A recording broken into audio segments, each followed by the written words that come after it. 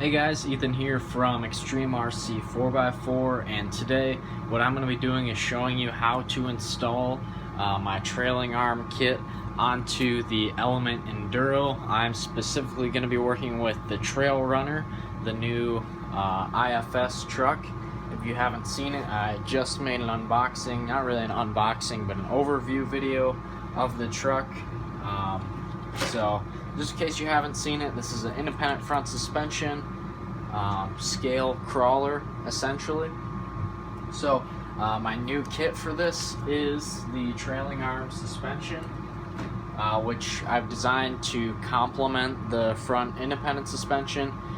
For this truck, I think I'm going to try and build something a little bit quicker rather than just being a regular crawler. So these are the parts you will need to get two Axial Yeti trailing arms. These will need to be purchased separately.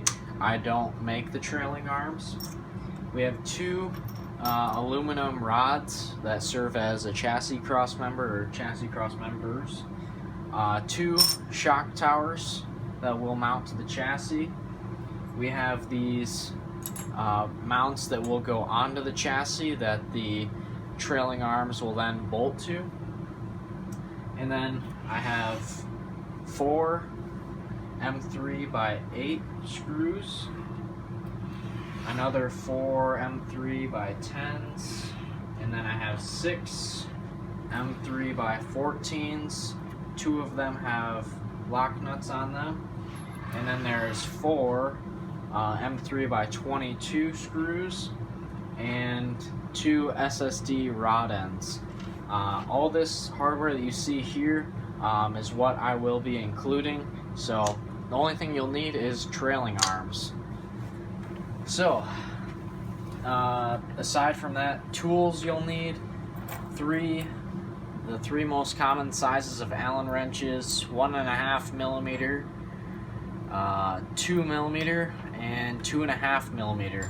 So as you guys can see, all this hardware that I do provide is cap head, so that's going to be your 2.5 millimeter hardware. I just find that I never strip it out, so that's what I like to use. You'll need a driver for these Allen wrenches, or if you're just using regular Allen wrenches, you won't need that. Some type of nut driver to pull the wheels and tires off of, pliers, vice grips, and I like to have a rag as well because we'll be replacing the rod ends on the shock. So just before we get into the installation, basically trailing arms, what they do is it replaces the lower links of the rear forelink and moves the shock forward. So essentially putting the shock further in on this radius, it will lead to more suspension travel, which is really the end goal of doing that. So here we can check and see. What I like to look at is how this exhaust is on this Enduro. It touches or almost touches the axle housing, and then I guess when we go all the way up, the chassis is right about even. So you guys will see the difference that this makes. I've had this kit on and then I took it back off so that I can show you guys from the start. So I'll stop talking and get into this. I'm going to try not to mix up this hardware because it all does have a pretty specific place to go. So the first thing I like to do is put the truck on its side, and we're going to, with our 2 millimeter driver, pull these 2 bolts off on the bottom side that will allow us to take the sliders off.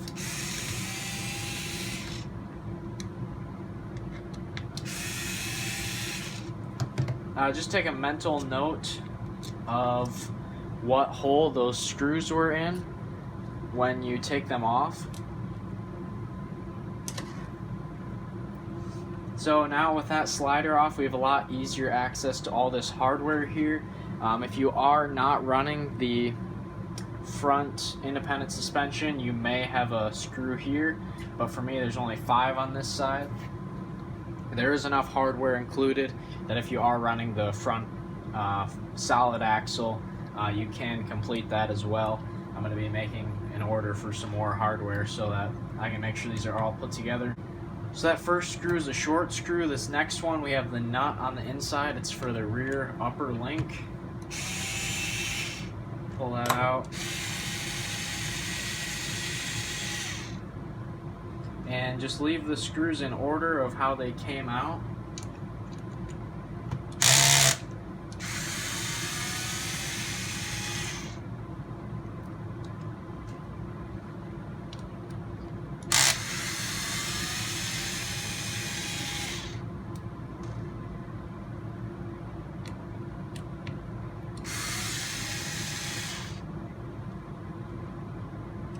Okay, so now with this side tray off, just wipe that frame rail clean. Now we'll have to install one of these trailing arm mounts, and it's going to go this way so it slides across the chassis like that, and we can put it on there. Now we're going to need our 10mm screws, 2 of the 10mm screws, and 2 of the 14mm screws. So the 10s are going to be replacing the short screws on the ends, and the 14s are going to be replacing the ones in the middle. And then the 22mm screw is for our upper links. You'll need 2 of them in case you have the links in the front, but in this case the front is independent suspension. So switch to our 2.5mm driver. Take a 10mm here, and we're just going to put one in the end. So the last hole in this tray is also the last hole in this mount. Line it up with the frame. Attach that.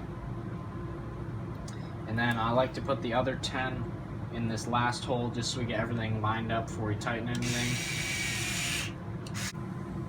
Okay, so now we'll be reinstalling this upper link here with our 22mm screw. Get the link started, and then we can put the nut on.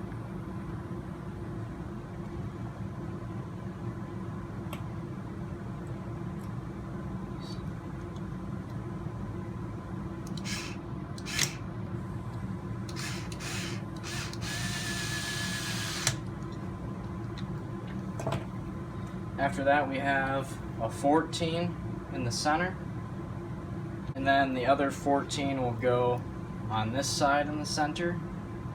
My drill died. Do this all manually now.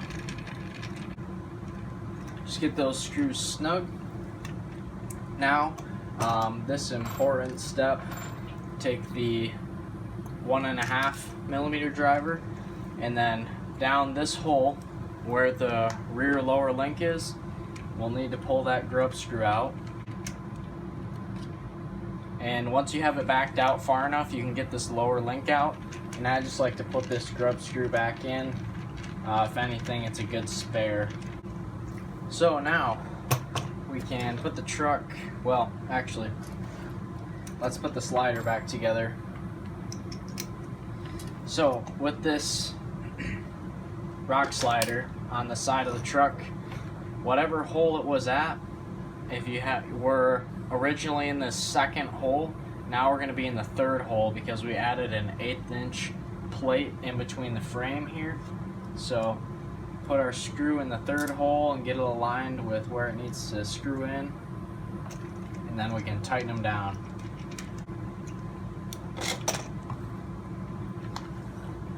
Okay, with that done, what we can do now is pull this hub off.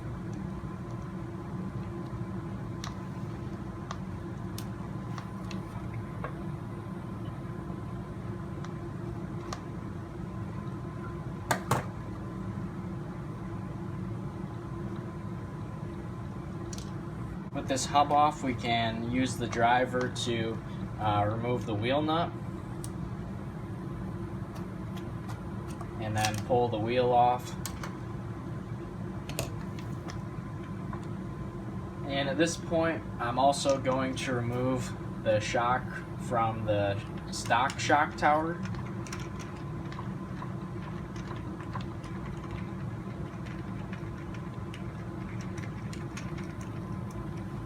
Make sure you get all the hardware because this ball joint isn't really pressed into those shocks.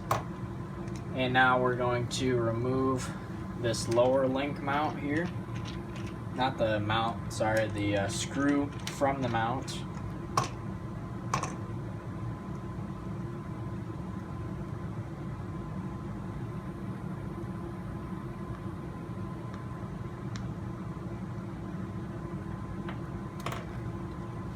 And now with this out, take this spacer from the shock and take the shock off separately. We'll also be left with the lower link. We don't need that anymore. And we're going to take one of our trailing arms and then take our original mounting screw for these lower links, and we'll be using that to attach the trailing arm. You don't want to mount the trailing arm where the lower link was. We're actually mounting the trailing arm on the outside of that link mount where the shock was, just without this spacer. We're going to keep that spacer separate. And then we can put the truck back on the side, and this is where we take the 14mm screw with the lock nut and put the screw through the other eyelet on the trailing arm, and we want the trailing arm on the outside of this mount.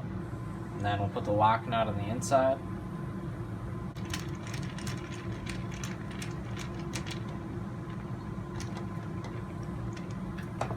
Okay, so now that trailing arm is attached, we can install the shock towers for both sides right now, or I guess we can just do one. We have these aluminum rods that are used as chassis cross members, so just put them in sideways and set them in the frame rails here. The frame is wider, closer to the transmission, so that will help you get them in. And then our 4 8mm screws is what we'll be using to attach the shock towers. They're going to be leaning towards the transmission, so we'll put them in like this and just get this rod started. The rods are threaded, so easy install there. And then this will go into the second hole.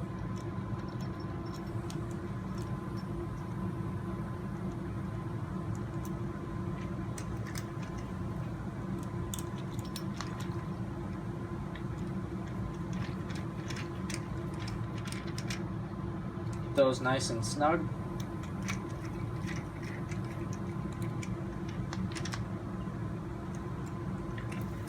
And now is the part we're going to modify the shock just slightly.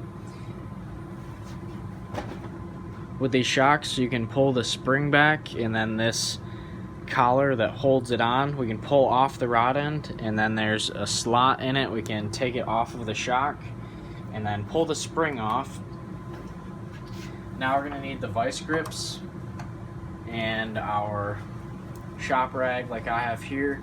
Just use the rag to wrap around the shock shaft, and then we can use the vice grips to grab that rag because you don't want to damage the surface of the shock shaft. We'll unthread this rod end off of the shock simply because it's too short. When I was test fitting it, it made contact with the trailing arm, so put this SSD rod end on because it is a longer one.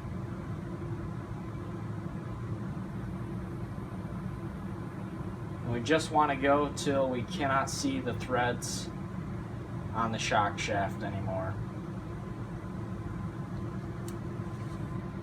Then we'll do the opposite thing.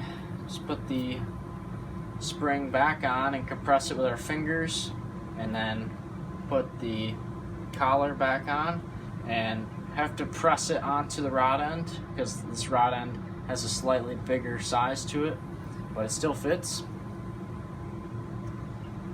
And now we can put the shock. I like to put the shock into the trailing arm first, just because it's a little bit more difficult.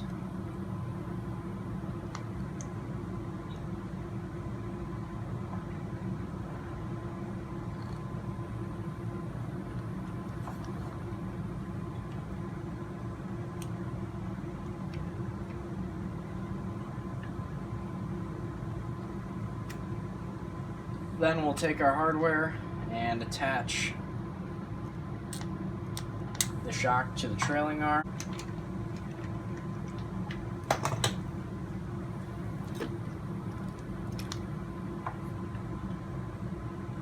Now we'll grab this hardware that we had for the shock originally. And we're also going to use this spacer that was on the lower end of it. And I like to set this shock up in the center hole, not the highest or the lowest, just the center. And the shock towers are threaded, so it just screws right in. Take our wheel, put it back on with the wheel nut and then the hub.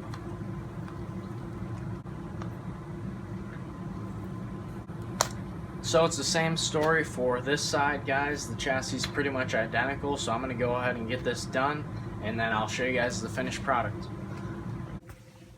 Okay everybody, so I'm all wrapped up with the install of the trailing arms on the Element Enduro. Have a closer look at it here. The rods in the chassis, shock towers, trailing arms. I would like to get some aluminum trailing arms for this. They're not really feasible for me to make myself, but I would like to get a set on hand. I know some people are going to comment about the loss of ground clearance, and I'm not going to ignore the fact that there is definitely some loss of ground clearance here, but I don't think it should have any major consequences. These are pretty narrow pieces, so I don't know, I guess time will tell as I run it, but I don't think it's going to make a huge difference for me, especially if I'm wanting to run this truck fast. The drive shaft angle does remain very good throughout the suspension cycle because we do change the geometry, so that still looks good in my opinion. You can see the trailing arms are outboard of the chassis, so we're not going to have any side-to-side stability issues that you might get if we mounted the shocks narrower than this. Only concerns I might have are the link mounts on the axles. I'm not sure if that's an upgradable part at this point. This is my first Enduro, and I've only had it for, it's only been out of the box for about a day and a half at this point, and I've already made all these modifications.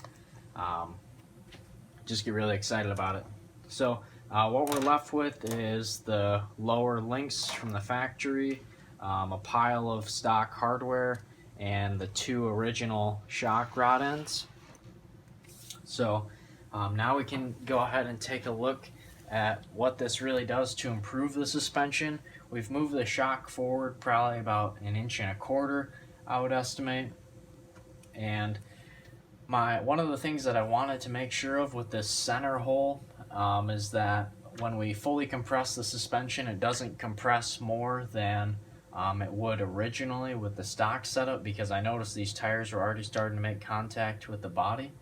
But you also have the option to raise the shocks and get that bump stop even lower if you really want to.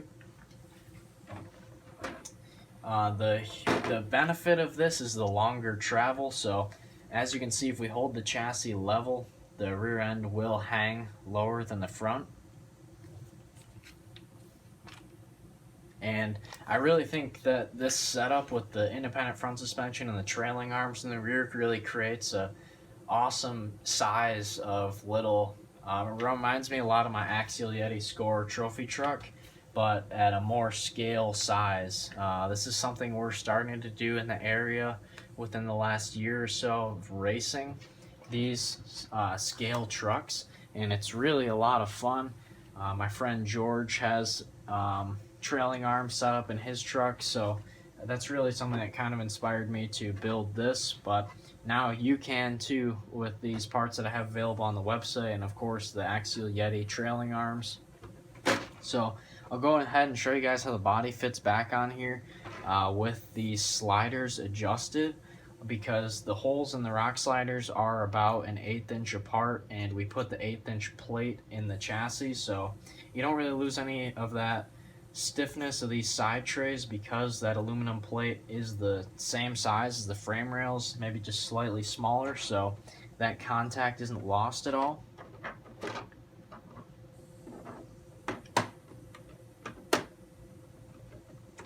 So here you guys can see, looking at it from the outside, it just appears to be another stock truck. And once it's dropped to, it settles back to the same position. I haven't even adjusted the shocks at all yet. As you can see, it might be bottoming out just slightly earlier than stock, but I couldn't be sure. The flexibility you get now with the trailing arms in the rear is improved, but it's not huge. So by keeping the factory shock size on here, it becomes more of a moderate system. You could put a larger, taller shock on it and get a lot more travel, but I didn't want to get too extreme. To me, this should be plenty of travel for what I want to do with it. I don't want to make it the fastest truck in the world, but reasonably fun. So that's kind of where I'm going with this build, guys. I hope you enjoyed seeing how these parts went on, or maybe you're interested in purchasing these parts yourself. I should have them ready within the next week or so.